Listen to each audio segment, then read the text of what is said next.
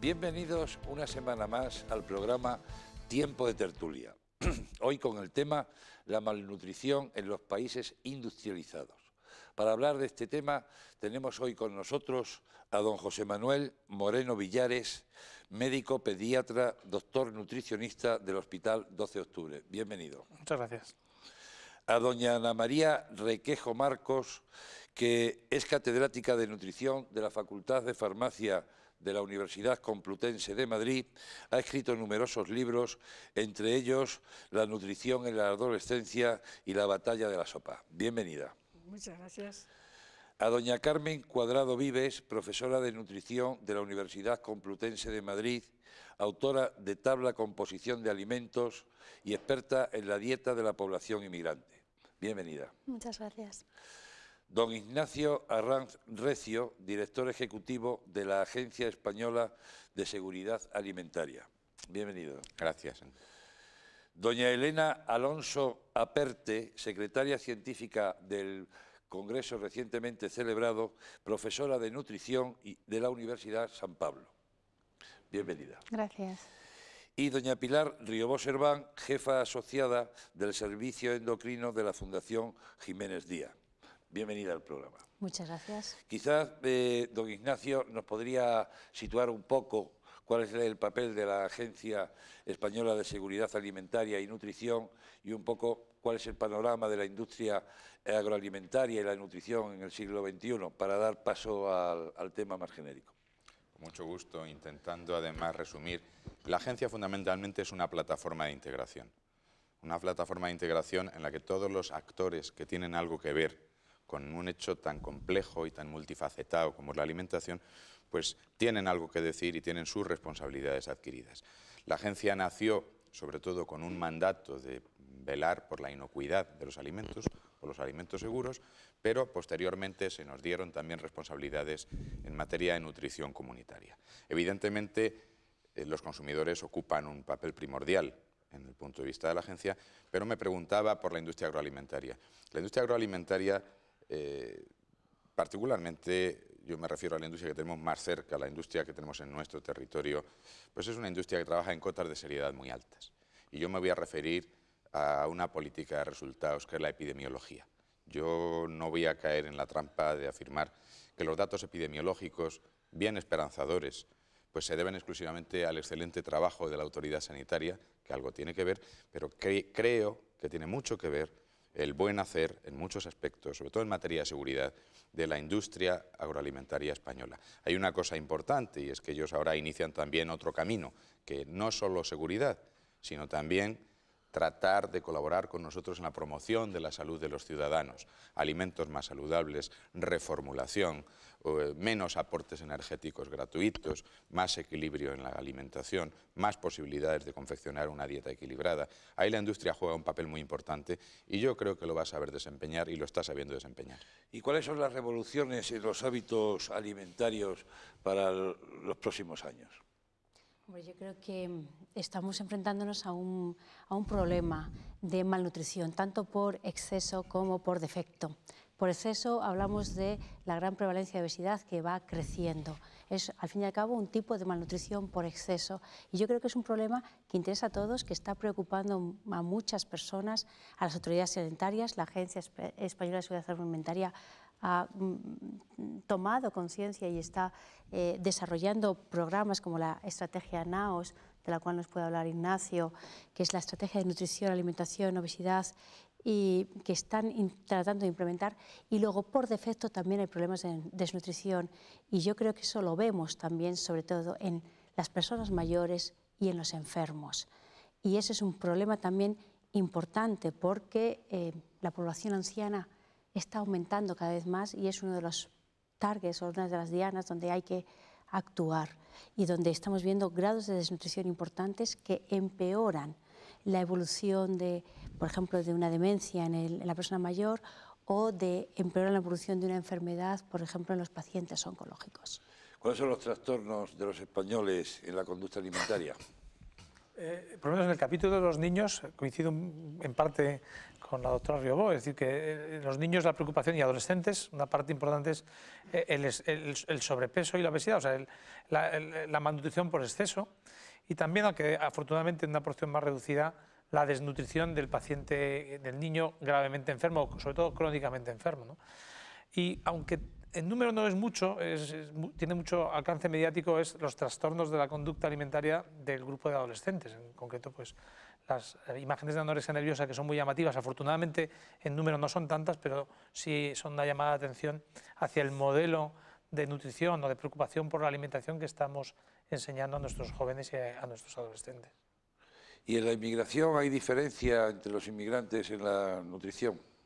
El colectivo de la inmigración es un poco el colectivo, yo creo, olvidado en los temas de malnutrición, quizá porque estamos como empezando en este campo. El último padrón municipal del Instituto Nacional de Estadística nos cifra la población extranjera en España en más de 4 millones. Luego ya es un colectivo, aparte de los que ya sabemos y que son tradicionales, como pueden ser las personas de edad avanzada o los niños, el colectivo de inmigrantes yo creo que se presenta como un reto en todos los sentidos, en sanidad, en atención primaria. Es un reto también para la industria, con las nuevas formulaciones de distintos alimentos manufacturados. Entonces, también en este colectivo nos encontramos los dos tipos de malnutrición, tanto por exceso como por defecto. Es un tema que empezamos ahora, yo creo, a tratar. ¿La Nutriguía qué es? Bueno, pues la Nutriguía es un libro que intentamos hacer con pautas sencillas para que médicos, farmacéuticos, en fin, todas las personas que intentan estudiar nutrición y saber algo de nutrición, pues tengan en cuenta todas estas pautas: nutrición en distintas patologías, nutrición en distintos estados de la vida, etcétera. Pero yo lo que sí quería también comentar, como decía la doctora Pilar Riobó y mi compañera Miki, etcétera, que es importante cuando hablamos de la malnutrición en nuestros países, el tema de la desnutrición. Porque parece mentira, tenemos todos los alimentos, comemos demasiado muchas veces, por eso hay obesidad, y sin embargo tenemos desnutrición en muchas vitaminas y en muchos minerales, o sea, micronutrientes que son importantísimos para la vida. ¿Y por qué? Y con esto ya doy la última pincelada. Porque hay unos alimentos que de 20 años para acá hemos dejado de consumir de una manera adecuada, como son, por ejemplo, las legumbres, como son las verduras y las hortalizas, y las frutas también un poco. Tenemos datos del Ministerio de Sanidad y del Ministerio de Agricultura y Consumo, en donde nos dice la diferencia, que a mí eso me dejó helada, de consumo que había en el año 1960 de legumbres y ahora en el 2005, que es los últimos datos que tenemos, que además me los diste tú, me parece, Miki, que lo estuvimos viendo, pues hay un 40% menos de consumo de legumbres, un 30% menos de consumo de verduras y hortalizas. Con lo cual, si siguiéramos en esa razón, hacemos cuentas y en el año 2030 más o menos prácticamente no se consumirían legumbres ni verduras. Bueno, ¿qué quiere decir esto? Que todas las vitaminas y minerales que tienen estos alimentos, que son muy importantes, tienen zinc, tienen hierro, prácticamente no los tendría la persona, porque no las consume los alimentos. Tienen también folatos, que son importantísimos, y no se consumen. Se ha llamado a las legumbres, sí, la carne de los pobres, y además es que es un alimento barato y buenísimo, con cantidad de proteínas, con fibra, sí, y sí, realmente yo creo que gracias a estos alimentos muchos países en vías de desarrollo, países emergentes, sí, de economías emergentes, pues han podido sobrevivir. Igual en España, en la época, hace unos años, cuando España no era tan industrializada. Y sin embargo, como tú dices, parece mentira, además puede ser hasta un plato de dieta, casi, como plato único, porque tienen proteínas, carbohidratos complejos, fibra, hierro, la segunda fuente de hierro después de la carne. Y sin embargo, ¿cómo ha ido evolucionando la alimentación? Es increíble. Es verdad. La nutrición en España, con motivo del Congreso, ¿cuál es la visión que que tiene. El congreso que celebramos de la Sociedad Española de la Nutrición, que se viene celebrando cada 2 años, en esta ocasión está dedicada al problema precisamente de la malnutrición en los países desarrollados, que deriva, yo creo, precisamente de esos cambios en la alimentación. A medida que los países se van industrializando, adquieren un mayor poder adquisitivo y por tanto pues desaparece la inseguridad alimentaria en el sentido de escasez de alimentos, la dieta también se modifica y pasamos a consumir más alimentos de origen animal y dietas de mayor valor calórico, dejando atrás pues dietas que son más de origen vegetal y de menor valor calórico, dejando atrás las verduras, las hortalizas, las legumbres, que son menos costosas económicamente. Y eso ocurre en España y, digamos, en todos los países a medida que se van industrializando. ¿Existe una vigilancia para la nutrición? No, la nutrición... Bueno, para la salud. La alimentación es algo que es elegible, la nutrición depende de otra serie de cuestiones que tenemos dentro y que no siempre podemos regular, sobre todo sin la ayuda de los médicos cuando se estropean. Lo que sí nosotros procuramos es que no se afiancen ideas equivocadas. A mí me ha satisfecho enormemente oír a la vez el diagnóstico del problema y la solución. Y yo estoy convencido de que las personas que estén escuchando ahora mismo esta tertulia la van a escuchar completa, lo cual es importantísimo. Porque si, por ejemplo, en la intervención de Ana Requejo hubiésemos tenido un recorte para un titular de periódico y solo se hubiese rescatado: estamos incurriendo en carencias en micronutrientes. Entonces, abundamos en una práctica que yo creo que conduce directamente a una posible malnutrición.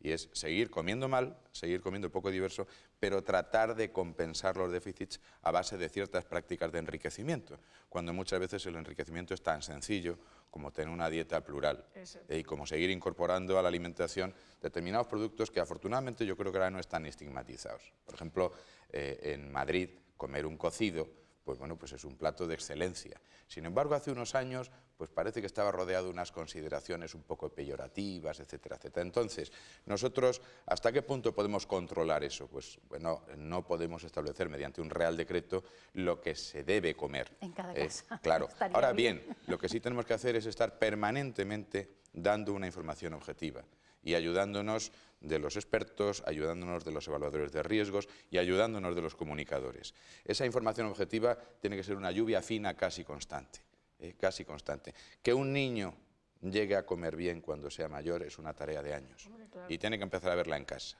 Entonces, yo creo que lo que estamos haciendo hoy es un aporte importante a esa lluvia fina. Yo, de acuerdo con Ignacio, digo que el mejor consejo nutricional que una madre le puede dar a su hijo es simplemente: cómete las verduras, aprende a comer verduras, aprende a cumplir esas recomendaciones de 5 raciones de frutas o verdura al día.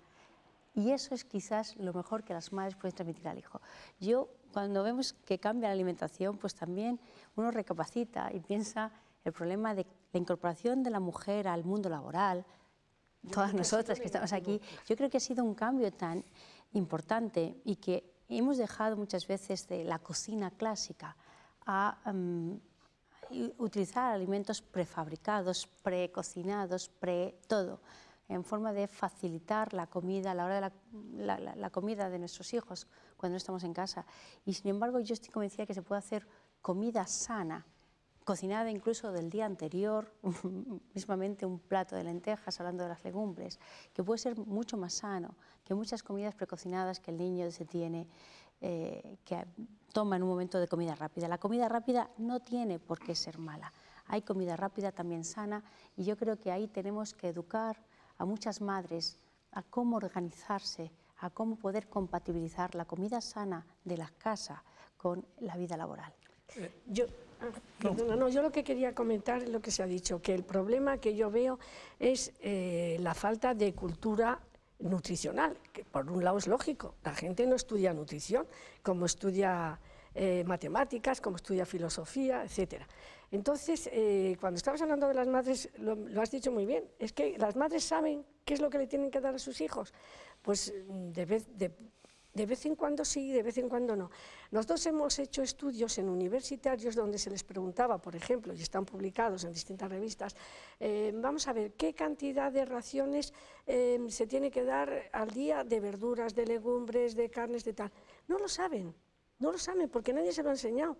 Lo que pasa es que la nutrición, como todo el mundo comemos, piensa que todo el mundo sabe nutrición, pero es que la nutrición es una ciencia. Y cada vez que la estudias te das cuenta que es más ciencia y que es más importante saber el valor de los distintos nutrientes que para mí son fundamentales, porque fisiológicamente los necesitamos y si no los tenemos nuestro cerebro no va a funcionar bien y todo lo demás tampoco, ¿eh?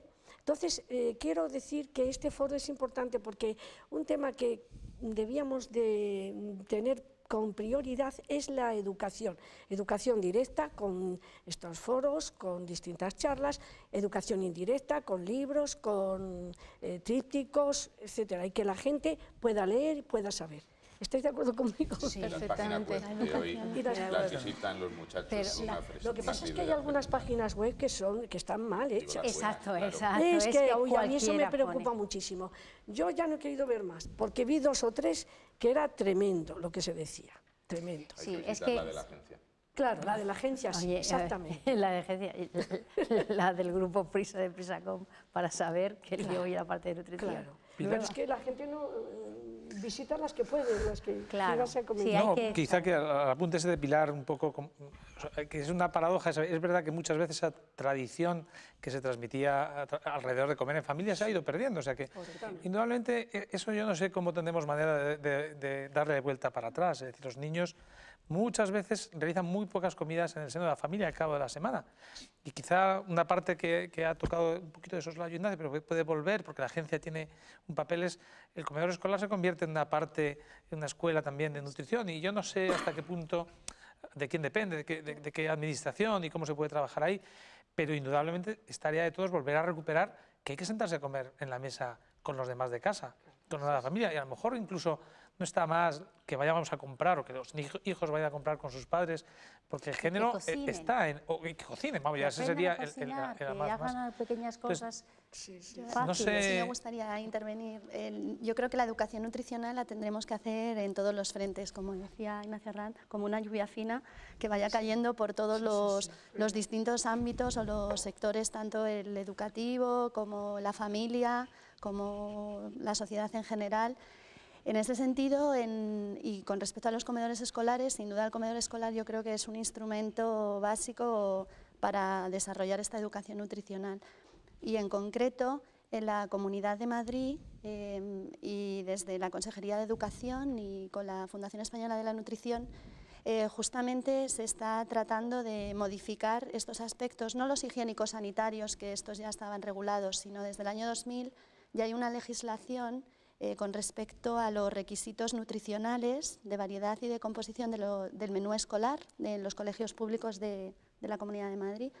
Y sí que hemos logrado en estos poquitos años que llevamos, son 7 nada más, una mejora importante en la variedad, en la composición de los menús y en general, o en definitiva, en lo que se trata, que es en la dieta total del niño. Lo que tenemos que hacer es más estudios o más hincapié en lo que es la dieta total, porque muchas veces lo que toman en el comedor escolar está fenomenal y sin embargo lo empeoran luego en casa, que es lo que hemos visto con otros estudios. Yo también, en relación con esto, quiero decir que no solamente es importante la dieta, y estaréis de acuerdo conmigo, yo creo que la vida sedentaria y el ocio sedentario de nuestros niños, donde su tiempo de ocio ya no es jugar en la calle, no es ir en bicicleta, sino que todos los niños lo que piden es una maquinita, una PlayStation, un ordenador. Y yo creo que ahí estamos también fallando. Ahí también se tendría que intentar promocionar de alguna forma también la actividad física. Creo que esto es muy importante. Yo creo que de todas maneras todos estamos de acuerdo en que es necesario hacer una educación nutricional y dirigirnos a todos, pero el problema que tenemos es que el mensaje nutricional correcto en el fondo es muy simple y a veces un poco duro de llevar. Es decir, la nutrición es una ciencia complejísima, pero si tenemos que reducir a una recomendación, sobre todo si vivimos en un ambiente donde tenemos una disponibilidad alimentaria, es que hay que comer siempre poco, siempre de todo y sin abusar ni prescindir de nada. Entonces ese es un mensaje que que de alguna manera tenemos que encontrar la fórmula, que eso es lo que nos da vida, porque en el fondo es un mensaje muy triste. O sea, siempre comer de poco, siempre estamos reprimidos. Comer de todo, te guste o no. Hay que quizá a lo mejor darle una animación a ese mensaje. Claro, luego hay mucha gente también que habla de nutrición y de alimentación sin darle un enfoque adecuado. Por la razón que sea, porque además la alimentación mueve mucho dinero. Entonces, bueno, pues hay muchas personas que tienen mensajes más llamativos, fórmulas para adelgazar en poco tiempo, fórmulas para no envejecer a base de una pastilla, dietas milagro. Estamos invadidos de letras milagro. Y lo triste es que el mensaje correcto es... Claro. Siempre poco y siempre de todo y siempre variado, y no hay fórmulas milagro. Entonces, de alguna manera, volver a disfrutar del acto de comer. ¿Se puede prevenir el sobrepeso? Por supuesto. Sí que se puede, sí. Por supuesto. Sí que se puede. Lo que pasa es que lo estáis diciendo, yo estoy encantado, porque sin haber hecho yo ninguna propuesta previa, estamos hablando de la estrategia NAOS, porque se está hablando del abordaje multisectorial de una nutrición adecuada y de la prevención de la obesidad. Se ha hablado de la cuestión de educación en el marco de la estrategia NAOS y en aspectos estrictamente voluntarios. Bueno, pues estamos trabajando muchísimo con el Ministerio de Educación precisamente para que los comedores escolares vayan avanzando en estas facetas, como comentaba Carmen. Luego hablaba Pilar del ocio activo. Pues efectivamente ahí hay una parte importantísima y nosotros hemos tratado de contribuir con un código de autorregulación en la publicidad. Hay determinados anuncios que voluntariamente la industria alimentaria, bueno, pues no los pasa en franjas en las cuales la mayoría de la audiencia va a ser una audiencia infanto-juvenil. Y muchas veces se puede anunciar un producto apetecible y se puede anunciar pues con un balón de baloncesto, con una bicicleta, sin necesidad de promocionar un ocio excesivamente sedentario. Hombre, también es verdad que a veces lloramos mucho sobre la leche derramada. ¿Qué quiero yo decir con esto? Pues efectivamente, la mujer se ha incorporado masivamente al mundo laboral. Esto es una prueba. El doctor Moreno y yo, y el moderador, estamos en franca minoría aquí. Cuantitativa, cualitativa y estética. Y por lo menos en lo que a mí respecta. Y luego, es verdad que bueno, pues los niños no pueden jugar en la calle. Yo tuve la suerte de poder jugar en la calle, de montar en bicicleta en la calle, etcétera, etcétera. Yo, hace unos años, me echaba a temblar cuando mis hijos decidían irse en bicicleta al colegio o cuando mi propia mujer se iba en bicicleta a su consulta. Porque ciertamente las circunstancias hoy no son esas, pero como se suele decir, con esos mimbres tenemos que hacer la cesta, esa es la población que tenemos que proteger. Con lo cual la complejidad de los mensajes pues ciertamente es elevada y además, como decía Elena, no se trata de hacer la vida muy larga pero aburrida. La estrategia NAOS también intenta hacer un acercamiento mucho más amable, mucho más amigable y menos aversivo. O sea, no se trata de que una alimentación adecuada sea un sota, caballo y rey absolutamente triste. Bueno, me alimento porque tengo que sobrevivir. No se trata de eso. Puede seguir siendo un hecho lúdico, incluso para los niños y, por supuesto, los mayores. Siempre que celebramos algo nos reunimos a comer y podemos hacerlo bien, ¿no? Entonces, actividad física, metabolismo, genética, para prevenir el sobrepeso, o las tres cosas. Las tres cosas. Claro, Lo que pasa es que en unas se puede intervenir y en otras no tan fácilmente. La genética no tenemos tan fácil intervenir. En concreto, se puede prevenir el sobrepeso y se puede prevenir la diabetes y se puede prevenir la enfermedad cardiovascular. El problema es que la obesidad y el sobrepeso son los factores sobre los que se desarrolla luego la diabetes, que es una enfermedad que es actualmente una enfermedad que iba a decir que mata, no mata, pero es la primera causa de diálisis en nuestros países, la primera causa de ceguera y la primera causa de amputación no traumática de los miembros. O sea, es una enfermedad seria. Y también ello favorece la enfermedad cardiovascular. La enfermedad cardiovascular, los infartos, los ataques cerebrales son el asesino número uno. No es el cáncer para nada, es la enfermedad cardiovascular tanto en hombres como en mujeres, porque siempre pensamos, no, el infarto es cosa de hombres. No. Las mujeres también su principal causa de muerte, con mucho por encima de cánceres y de cáncer de mama, es los problemas de infartos. Y entonces todo esto se puede prevenir. Tanto es así que, fíjate, como la diabetes antes la dividíamos en tipo 1, en diabetes del joven y diabetes del adulto?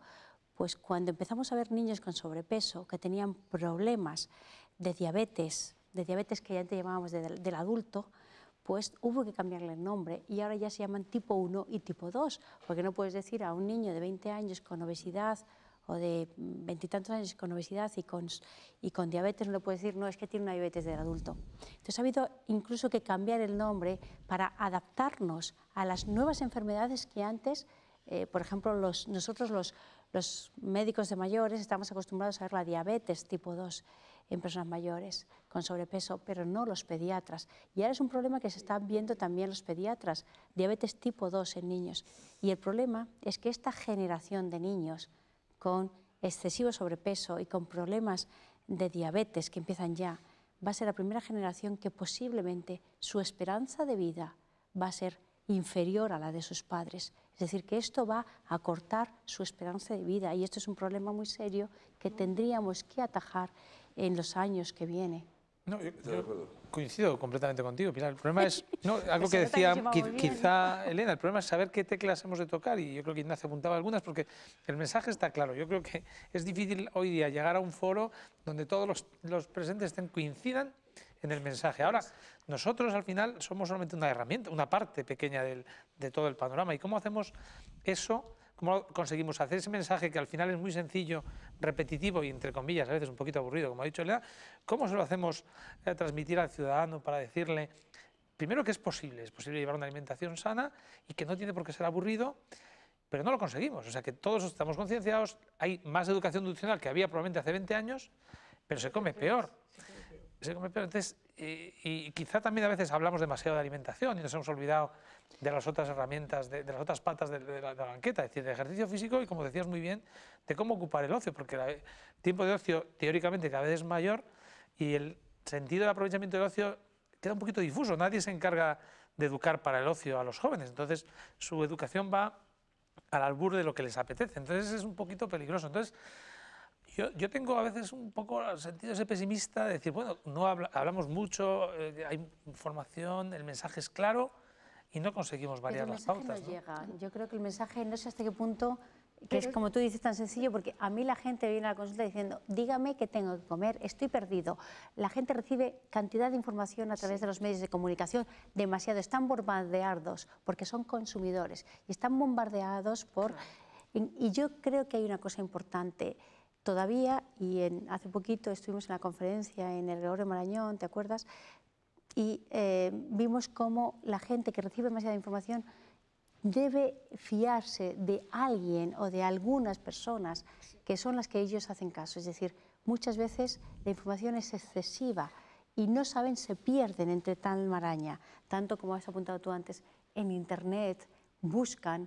Pero yo creo que en este sentido la agencia está tomando un papel, yo creo que muy importante, con la información y la evolución que está tomando. Ya no se dedica solamente a las crisis de las vacas locas, se dedica, por ejemplo, ya no se dedica solamente a las crisis alimentarias, a la gripe aviar, etcétera, sino que yo creo que es un problema de una magnitud tan importante que me gusta muchísimo que las autoridades sanitarias hayan tomado también parte en esa labor que vamos haciendo todos, poniendo nuestro granito de arena.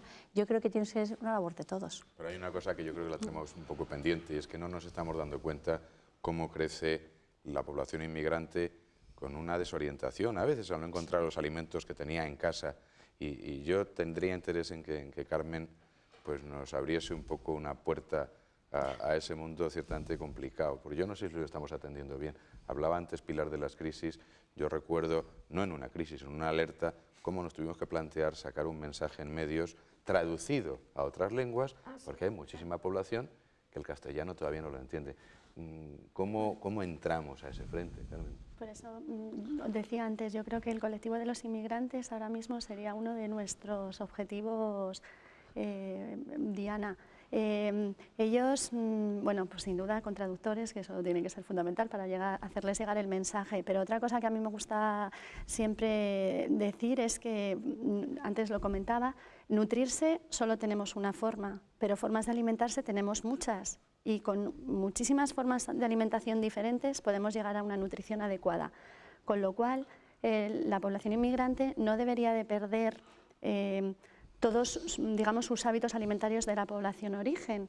Es muy bueno, yo creo, para la población española el que nosotros recibamos parte de esos hábitos alimentarios que ellos traen de sus países o de sus culturas, y ellos a la vez sufran un proceso de aculturación y se adapten, porque además es una forma de adaptación y de integración a los hábitos alimentarios de la población receptora, en este caso de la población española.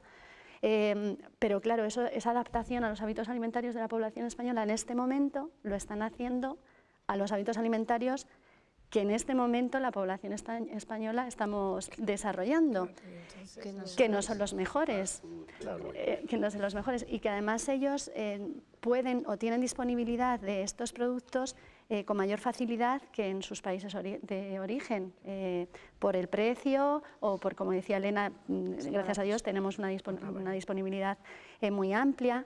Además ellos lo ven como artículo de prestigio, con lo cual lo eligen. Hay una tendencia más al alimento manufacturado, precocinado, etcétera. Y nosotros, por ejemplo, lo vemos en los colectivos de niños inmigrantes, de niños muy pequeñitos, y sobre todo con los que vienen de la franja de Sudamérica, de Ecuador, Colombia, Bolivia. Llegan a España y la primera semana, cuando les haces una valoración de su ingesta dietética, pues te citan rápidamente las frutas en casi todas las comidas del día, y es que al mes esos mismos niños vuelves a estar con ellos y te das cuenta que han dejado de lado las frutas y han elegido el zumo comercial de fruta, que tiene menos fibra, más azúcar y en definitiva más energía.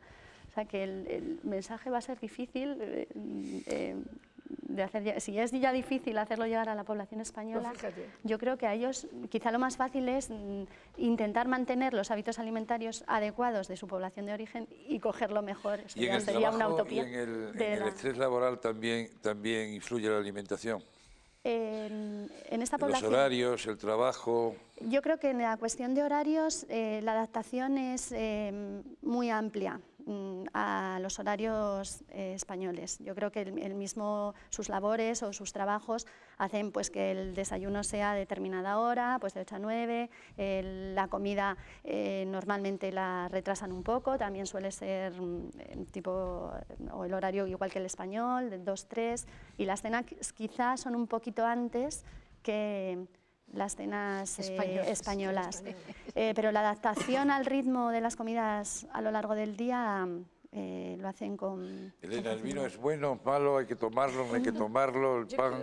Siempre con moderación. Todo es bueno, siempre con moderación. No hay alimentos buenos ni malos, todos hay que evaluarlos dentro del contexto de la dieta, que puede ser más adecuada o menos adecuada, pero nunca debemos caer en el error de decir un alimento es estupendo y otro alimento es malísimo, porque no es así, todo depende del contexto. Y el vino, y además normalmente siempre con moderación todos los alimentos tienen cabida en una dieta saludable. Sobre todo de una persona que ya no es un niño ni un adolescente. Claro, sí. O sea, la moderación del vino en un niño, las dosis homeopáticas. Ninguna. Todo con su lógica, ninguna. ¿no? A un niño pues claro. no le vamos a habituar al consumo de alcohol porque no es ninguna buena idea. Claro. A una persona de edad que ya, digamos, pues está un poco más enfermo, tampoco seguramente se le puede indicar el vino. O hay muchas personas que tienen patologías crónicas en las que una bebida alcohólica no es adecuada. Esos casos, por supuesto. La evolución del pan, que ha pasado de un pan industrial al pan antiguo. El pan es como todos los alimentos, ha sido un alimento básico que nos ha sacado de muchos procesos de problemas de hambre. Luego pasó a estar endemoniado, se decía el pan engorda y en realidad no hay ningún alimento que engorda la energía y el exceso de energía más bien. Y ahora volvemos otra vez a recuperar el pan, además en sus formas más tradicionales. Ahora están los panes integrales, ahora hay boutiques del pan donde nos dan mucha disponibilidad. yo creo que es un ejemplo como de muchos alimentos y el error está en tacharlos de malos o de buenos. A veces también el tacharlo demasiado buenos hace que ni buenos están todos y todos deben de estar, y el pan es un alimento que forma parte de todas las culturas. Sí, lo que pasa es que eso viene, lo malo del pan y lo malo de los carbohidratos viene de las modas, de dietas milagrosas como las dietas hiperproteicas, las dietas Atkins. Yo creo que todo mucho pues es un poco de esnovismo derivado de esas dietas que yo creo que no son nada recomendables y que, bueno, pues las dietas hiperproteicas severas tipo Atkins, bueno, han calado en esto. Y luego, como decía Elena, pues, ¿qué decimos del vino? Pues del vino ha habido intereses, pero es que siempre hay que individualizar. El vino puede ser, aunque no se ve decir, porque la dieta global de todo el día es buena o mala, no es un alimento, pero sí que bien es cierto que disminuye un poquito la ingesta de dosis muy moderadas de vino, disminuye el riesgo cardiovascular, pero, por ejemplo, es factor de riesgo a unas ingestas moderadas de cáncer de mama. La ingesta de vino en el niño, y eso es una realidad que no se dice, la ingesta de vino o de alcohol en los niños pues influye muchísimo a menor edad de inicio en el consumo de alcohol, mayor riesgo posterior de problemas derivados del alcohol, tanto abuso del alcohol como alcoholismo, como cualquier otro tipo de problemas. El niño que empieza, aunque sea los fines de semana, a beber a los 13 años, tiene mucho mayor riesgo que el señor que empieza a los 22. Con lo cual hay que tener mucho cuidado, es decir, estas litronas que yo creo, bueno, pues pueden ser un juego los fines de semana, pero ojo, que también tiene su efecto nocivo. Con lo cual yo creo que hay que individualizar tremendamente cuál es la persona que debe beber vino, cuál es la persona que no debe beber vino, es decir, y considerar un poquito que no hay alimentos buenos o malos, sino que es la aproximación total de la dieta lo que hace que la dieta sea saludable o no saludable. Oye, yo quería, perdona, antes de seguir, cuando ha dicho Elena lo de dieta aburrida o dieta, es que me ha encantado, porque es que nosotros hemos hecho... Es que la dieta no es aburrida, la dieta puede ser preciosa, pero el mensaje es triste. No, pero las personas la consideran aburrida. Esto es muy negativo, como decías antes. Porque a mí nos ha pasado haciendo un estudio en personas que, bueno, intentando ver la dieta hipocalórica con hidratos de carbono, etcétera. Bien, nos decían las señoras, es que la dieta, a mí una dieta hipocalórica, la que me mandan ustedes, pues lo que hay que mandar, una dieta variadita, eso es un aburrimiento. A mí me gusta, y aquí veo yo que esto ya tiene que entrar los psicólogos o los psiquiatras, a mí lo que me gusta es algo nuevo, algo, pues ¿qué? Pues ir a un sitio que me ponen una inyección o me ponen aquí una aguja, o que solamente me dan carne, la dieta de Atkins que es solamente grasa. O sea, le gusta algo llamativo, algo milagroso, lo que acabas también de comentar, Pilar. Y entonces, ¿qué hacemos con estas personas que saben nutrición? Porque yo te estoy hablando de una persona que sé, y dice, no, es que yo ya estoy aburrida, yo no quiero esa dieta, yo quiero algo nuevo, algo distinto. O sea, pues quieren probar en ellas cosas nuevas. Yo creo, y entonces a mí eso me preocupa muchísimo. Vamos a ver, yo creo que muchas de estas personas lo que tienen es una insatisfacción con su propia vida, pues claro, consigo mismas. Del 20 al 40% de las personas que acuden a una consulta de obesidad, a una consulta de nutrición por problemas de obesidad, tienen problemas psicológicos o psiquiátricos, y eso está refrendado en la literatura. Son cifras, estoy diciendo prácticamente casi la mitad o 1 de cada 3 personas tiene problemas psicológicos, y muchas veces muchas veces la comida es una especie de sedante, es una especie de tranquilizante de su ansiedad, de ese estrés. Entonces ese es el error. Lo primero que hay que hacer es separar qué personas tienen estrés, qué personas tienen ansiedad, qué personas, qué es lo que les está pasando. Y quieren novedades, Pues la novedad a lo mejor no tiene que ser en la comida, la novedad será a lo mejor cambiar de trabajo o incluso pues, de marido. Mira que los consejos, yo no me resisto a hacer un par de consideraciones, porque yo creo que incluso con la salud mental absolutamente salvaguardada, pues posiblemente con la mejor voluntad de todos hemos configurado una sociedad de resultados rápidos, y eso tenemos que tenerlo muy presente, pues, por ejemplo, los que tenemos hijos en edad en la que todavía hay una posibilidad de seguir educando. Lo quiero esto, lo quiero ahora y lo quiero ya. Entonces, bueno, pues uno no llega a ser concertista de piano sin matarse a estudiar, uno no llega a ser un buen médico sin matarse a estudiar y uno no llega a ser un excelente conductor de coche de Fórmula 1 sin entrenar muchísimo. Entonces, incluso salvaguardando la salud mental, pues esa especie de aburrimiento, quiero adelgazar ya. Bueno, pues mire usted, es que resulta que hay que hacer una serie de cosas y hay que abandonar el sillón de vez en cuando. Y yo sí quería simplemente apuntar, y con esto acabo, que nosotros poquito antes de verano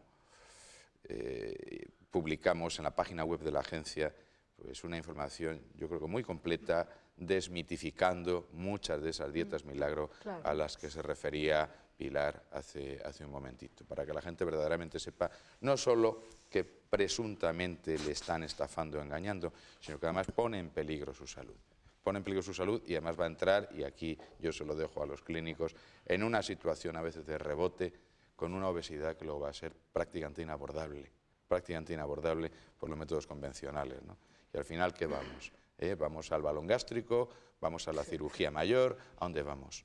Cuando había sido mucho más fácil y mucho más seguro el prevenirlo pues de forma más amigable. ¿Los consejos para los jóvenes que nos están viendo?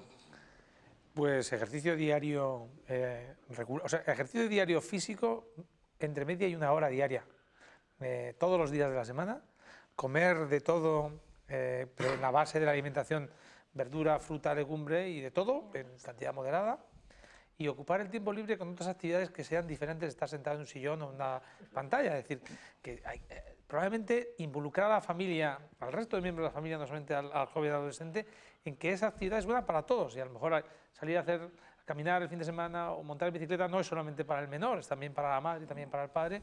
Y si hay abuelo, que se apunte, ¿no? Es decir, dar ese mensaje siempre, en todos los lugares.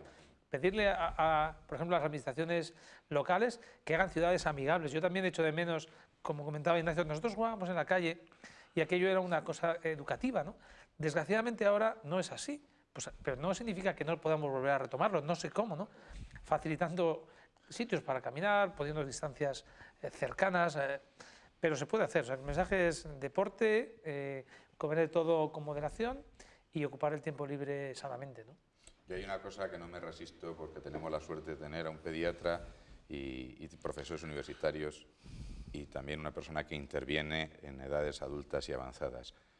¿Cómo estáis gestionando la cuestión de que el niño, mientras está escolarizado, de una manera o de otra, aparte que tiene los recreos y tiene gimnasia programada en su formación curricular, y luego de repente se mete en primero de carrera en la universidad, tiene que estudiar un montón y no tiene ninguna exigencia de actividad física, ya no tiene gimnasia obligatoria, si quiere hacer deporte se tiene que buscar la vida por su cuenta, no digo que se tenga que pagar un gimnasio, pero bueno, pues ya tiene que molestarse, ir a ver si en la universidad hay algún...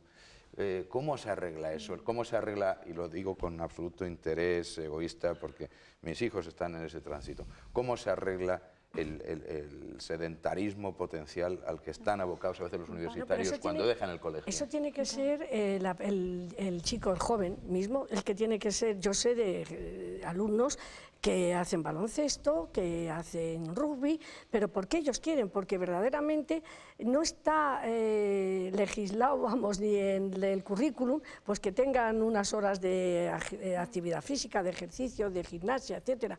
Eso es una cosa que tienen que ser ellos mismos, y es un problema, porque claro, los que han hecho mucho ejercicio empiezan primero de carrera con muchísimo trabajo y entonces ya es tremendo. Creo que habría que dar también pautas de estilo de vida, no solo en la actividad física, sino pues en bajarte lo típico que oímos todos, pues 2 paradas antes de llegar en el autobús o en el metro, que nos cuesta por el tiempo, o subir unas escaleras en vez de coger un ascensor. Estamos con unos niños que es que casi no pueden ir andando al cole, la mayoría de ellos. Por las distancias. Eso es el primer problema. Claro. Es que yo creo que el mensaje de la actividad física vuelve a ser un mensaje complicado. Estamos pidiendo a todo el mundo que haga ejercicio físico y entendido casi como deporte, práctica deportiva. Y entonces, si no hay tiempo, si hay que desplazarse en coche, si la vida se hace muy difícil. Entonces es quizá buscar, o sea, hay que crear, yo creo, el ejercicio físico como estilo de vida, o sea, acostumbrarse desde pequeño a a vivir del ejercicio físico, pero que ejercicio físico es Subir las escaleras en vez de tu casa, utilizar el exacto, ascensor, lo que decíamos. utilizar el transporte público en vez del coche privado si es posible, fomentar el paseo, o sea, no hay que apuntarse a un gimnasio, a una competición de baloncesto. O bailar, por ejemplo. El que sepa si no se aprende en el ámbito laboral. Bailar, porque luego hay muchos niños también, por ejemplo, niños que tienen ya problema de obesidad, que dicen, bueno, para los niños lo mejor hacer ejercicio físico y educar nutricionalmente, pero a un niño que tiene un problema de obesidad, que es patoso, no sé, pues con 12, 13 años, son los deportes de equipo, seguro que no le dejan jugar en el equipo de fútbol porque es el más patoso, le ponemos en una situación muy difícil. Entonces hay que buscar, yo creo, intentar buscar artimañas o fórmulas para hacerlo más fácil. Para mi gusto son pequeñas, en el sentido de que ¿qué pueden andar? Bueno, subir 2 pisos, eso es poco. El andar de la facultad a su casa, al autobús. Yo, dentro de que estoy de acuerdo contigo, que hay que cambiar los hábitos de vida, pero creo que es muy importante, como ya decían los griegos, es que yo hace poco estaba en Atenas y me comentaban que la actividad física allí, haciendo deporte, era fundamental, y es verdad. Entonces, ¿por qué no hacemos que nuestra gente y nuestros jóvenes les guste también hacer un deporte, aparte de andar? ¿Me entiendes lo que te quiero decir? Yo creo que también nos tiene que gustar a nosotros. A los padres. El problema a los padres, es, por ejemplo, con niños yo creo que están saliendo mucho, los niños son grandes imitadores. Y tienen muy pocos prejuicios. Entonces, si tú quieres que comen verdura, tienes que comer la verdura con ellos. Si tú quieres que disfruten, tienes que desayunar con ellos. Exactamente. Si quieres que disfruten de la comida, tienes que disfrutar de la comida. O sea, si ves a un adulto que dice, a mí es que la leche me sienta mal y no me gusta, el niño que tiene al lado ya va a decir que no se toma la leche. Estoy totalmente de acuerdo. O si quieres que tus hijos tengan un ocio activo, saludable, tienes que tener el mismo tipo eso se crea, de ocio. Se crea desde pequeñitos. Pero se crea desde pequeñitos. Si tú vas a jugar al tenis, tus hijos van a ir a jugar al tenis Claro, contigo. pero atiéndeme, se crea desde pequeñito, pero es que en los colegios, ahora yo me he dado cuenta, que hacen muy poquísima, muy poca actividad. Solamente 2 horas, 2 días no a la es suficiente. semana. ¿Cómo puede ser eso? No es suficiente. ¿Cómo se van a crear unos hábitos alimentarios, hábitos de actividad? Pero claro, tampoco en los trabajos hacemos deporte. O sea, yo en mi jornada laboral, que me lleva muchas horas del día, no hay ningún momento en el que pueda adulta, y en cambio, pero tú luego puedes, claro. Y es más, hay que creárselo. Yo incido de que hay muchas veces que el niño que hace deporte en actividades extraescolares, incluso en niveles de competición, cuando se va al colegio a decir, mire, el niño tiene 5 horas de deporte por la tarde, el colegio a veces no es la gran ayuda. No, ni la universidad. Ni la universidad, es decir, en Estados Unidos se prima el que el universitario sea deportista y tiene un acceso a becas, ayudas, el deportista, por ejemplo, universitario. Aquí en España el deporte de la universidad es muy escaso, mientras que en Estados Unidos, por ejemplo, sí se prima. Y también a nivel colegio, los niños que hacen deporte, aparte del colegio, y que yo creo que las 2 horas que hay es poquísimo deporte, vamos, es tremendo, yo creo que hay que hacer, como decía el doctor Moreno, deporte diariamente, los niños, si es posible que lo hagan diariamente, pues muchas veces el colegio no ayuda porque el niño tiene a lo mejor que salir a competir y no se le dan facilidades. Y con los mayores, los antioxidantes, la osteoporosis. Bueno, la osteoporosis es una realidad y la osteoporosis se puede prevenir con una dieta correcta, con suficiente aporte de calcio. Y yo creo que es la epidemia silenciosa que ocasiona problemas muy serios. Por ejemplo, la fractura de cadera tiene una mortalidad de un 30% en el año posterior a la fractura. Con lo cual yo creo que eso, y se puede prevenir con una maniobra nutricional, en gran parte, que es un aporte adecuado de calcio. Antioxidantes yo creo que también tienen un papel, pero no en pastillas, sino posiblemente en una dieta sana. Los antioxidantes, por ejemplo, se ha visto, sí, en frutas, que es donde están, realmente disminuyen, por ejemplo, la vitamina C, disminuye el consumo adecuado de vitamina C, que es un antioxidante, disminuye la catarata, por ejemplo. Con lo cual, es que, mire, como con una maniobra nutricional sencilla, que es un consumo adecuado de vitamina C, estamos disminuyendo hasta la aparición de catarata. La catarata, vitamina E, que es un antioxidante importante en los frutos secos, por ejemplo. Exacto. Pues es importantísimo. Entonces, todo también. Sí, es Pero yo verdad. creo que hay que acordarse que todos estos, la vitamina C, la E, los carotenoides, todos los antioxidantes, el licopeno, están en los alimentos, normalmente. Claro, claro, Normalmente. claro. Entonces, y yo creo que hay que seguir consumiéndolos a través de los alimentos porque eso está demostrado que es mucho más eficaz que cuando se utilizan en suplementos farmacológicos que a veces dan incluso el efecto contrario, que eso pasó con los Determinados productos para la carotenoides. agricultura, para que no entren las plagas, y pueden influir también en que pierdan algunos alimentos parte de su contenido vitamínico. No necesariamente. No necesariamente. Lo primero que se valora en un plaguicida es su seguridad y luego su eficacia. Pero normalmente estos productos no inciden en absoluto en el perfil nutricional de las materias primas. Lo que sí que a veces afecta el valor nutricional es el tratamiento culinario. Determinados calentamientos excesivos, bueno, pues las vitaminas a veces son débiles ante el ataque del calor y entonces se vienen abajo. Pero yo creo que es importante aquí una reflexión de fondo y Elena la acaba de poner de manifiesto. Ojalá hubiese muchas oportunidades de dar información en estos términos, porque muchas veces, no nos engañemos, ni las administraciones sanitarias, ni la comunidad científica, ni la comunidad educativa, somos capaces de competir, bueno, y con el ejercicio legítimo de publicidad y promoción de las industrias agroalimentarias. Pero las industrias agroalimentarias, que son industrias que legítimamente están ahí para ganar dinero y dan puestos de trabajo, pero no se deberían atribuir responsabilidades de promoción de la salud ni responsabilidades de formación sanitaria. Entonces, los prescriptores tienen que ser los que tienen que ser, la comunidad científica, la comunidad médica asistencial, las administraciones sanitarias, pero el problema es que a veces competimos con alguien que tiene mucha más potencia publicitaria y que te está prescribiendo que para poder ser feliz en esta vida tienes que tomar tal producto y suplementarte hasta la saciedad con tales o cuales nutrientes. Y si no es así, lo menos que te puede pasar es que no tengas éxito en tu medio profesional o en tu actividad deportiva, etcétera, etcétera. Y lo más que te puede pasar es que tengas problemas de toxicidad por una sobreexposición. Entonces, a mí eso me da un cierto miedo y creo que es importante enfatizar en este mensaje. No es la industria agroalimentaria la que debe ser prescriptora de salud, la que debe decirle a la gente lo que tiene que comer o con qué se tiene que suplementar. Se ha hablado de la vitamina C, bien, pues efectivamente está en muchos alimentos que están perfectamente a nuestro alcance, ¿no? Y luego además nosotros estamos trabajando con mucha intensidad en el equilibrio, en la simetría de los mensajes. Diga usted lo bueno de un alimento funcional, pero diga también las cosas. Sobre todo, el ciudadano está dispuesto a asumir un balance riesgo-beneficio cuando toma un medicamento, pero el ciudadano no está dispuesto a asumir un balance riesgo-beneficio en su alimentación.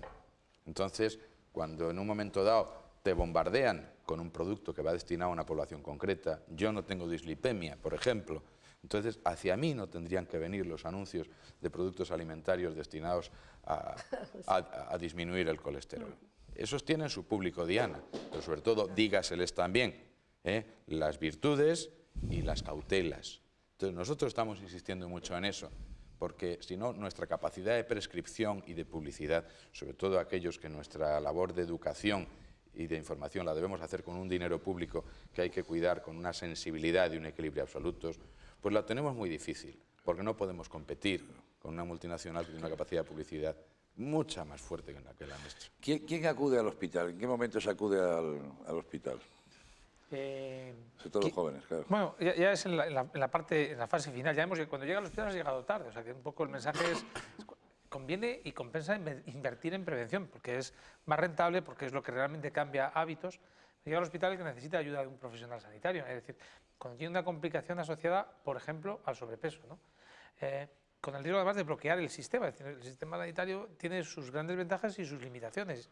Y verdaderamente, bueno, no solamente al hospital, a lo mejor es a la consulta de atención primaria y estamos en la misma situación, ¿no?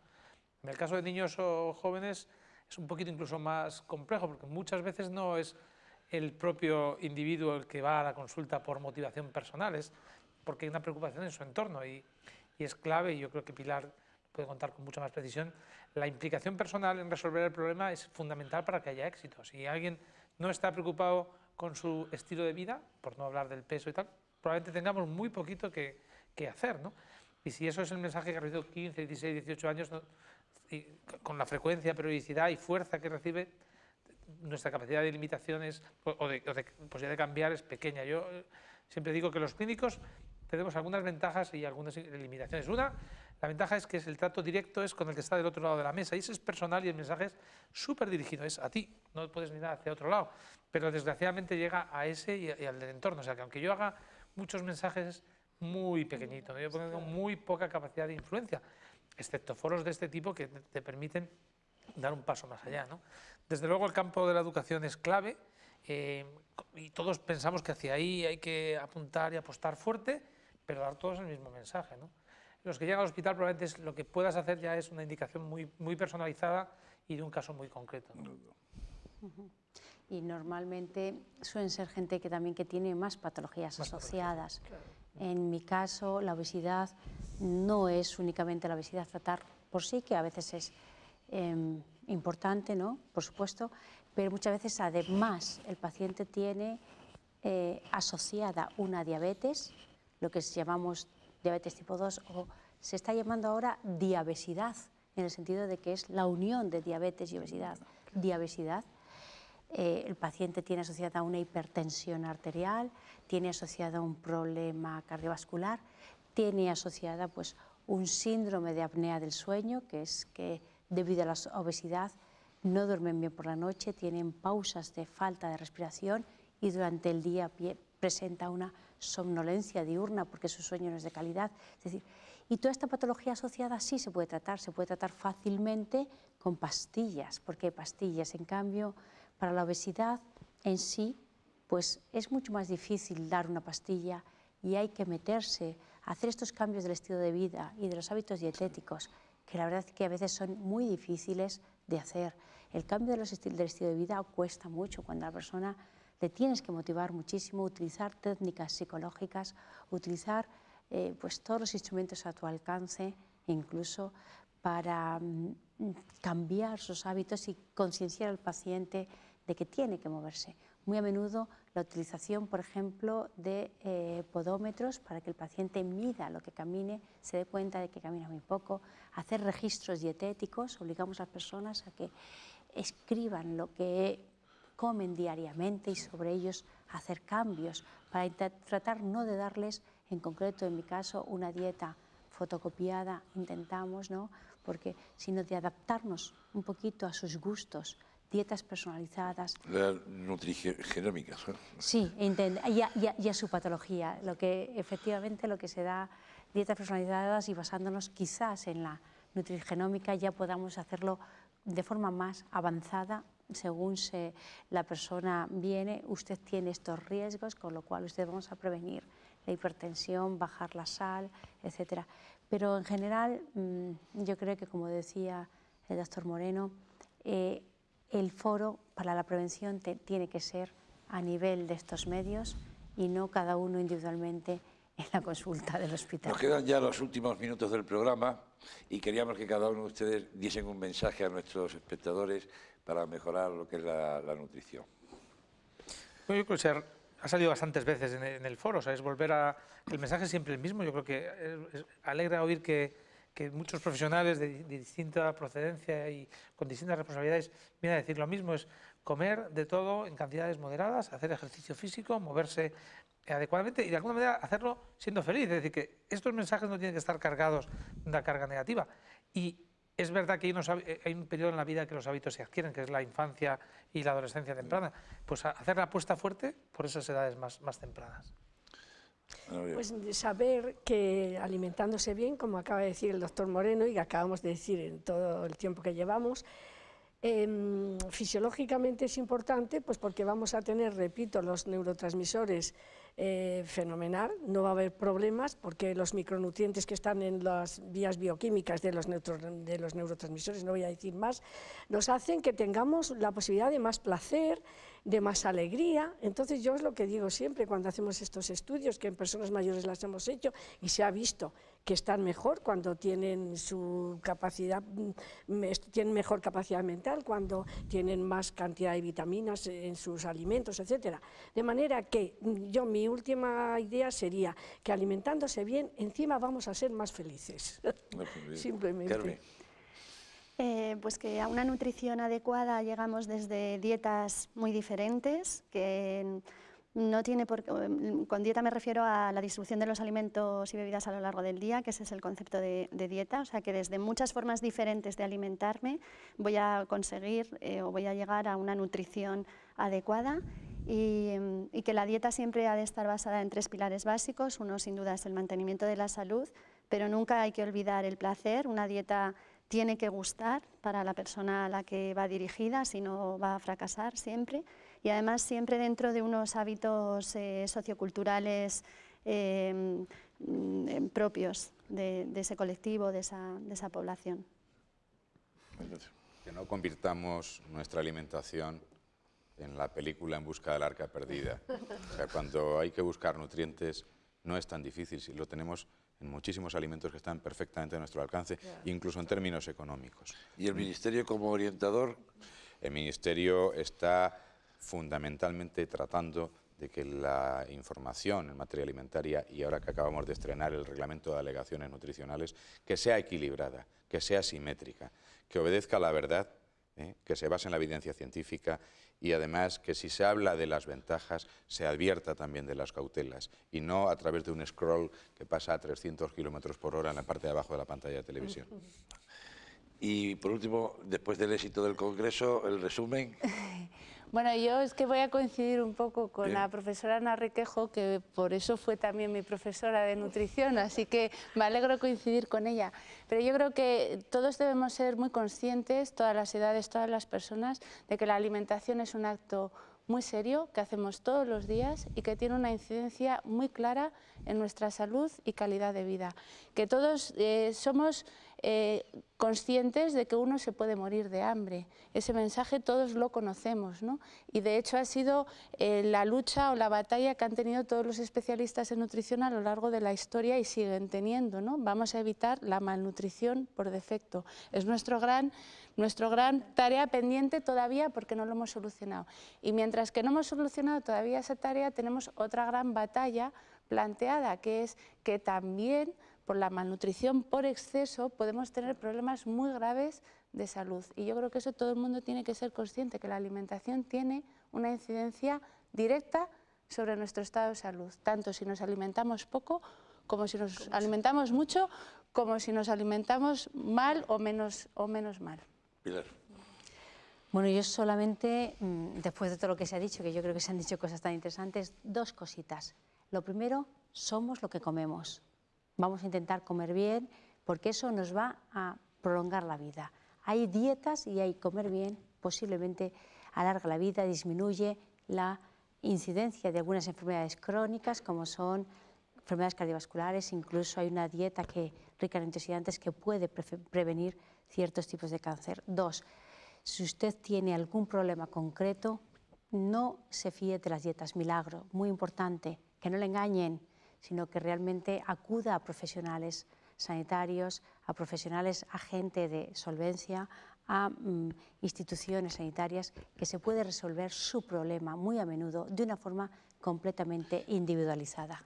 Y hasta aquí nuestro programa de hoy, en el que han participado don José Manuel Moreno Villares, médico pediatra, doña Ana María Requejo Marcos, catedrática de Nutrición de la Facultad de Farmacia de la Universidad Complutense de Madrid, doña Carmen Cuadrado Vives, profesora de Nutrición Universidad Complutense de Madrid y autora de la Tabla de Composición de Alimentos, don Ignacio Arranz Recio, director ejecutivo de la Agencia Española de Seguridad Alimentaria, doña Elena Alonso Aperte, secretaria científica del reciente Congreso sobre Nutrición, profesora de Nutrición de la Universidad San Pablo, y doña Pilar Riobó Serván, jefa asociada al Servicio Endocrino de la Fundación Jiménez Díaz. Será hasta la próxima semana en este mismo canal y hora. Muchas gracias.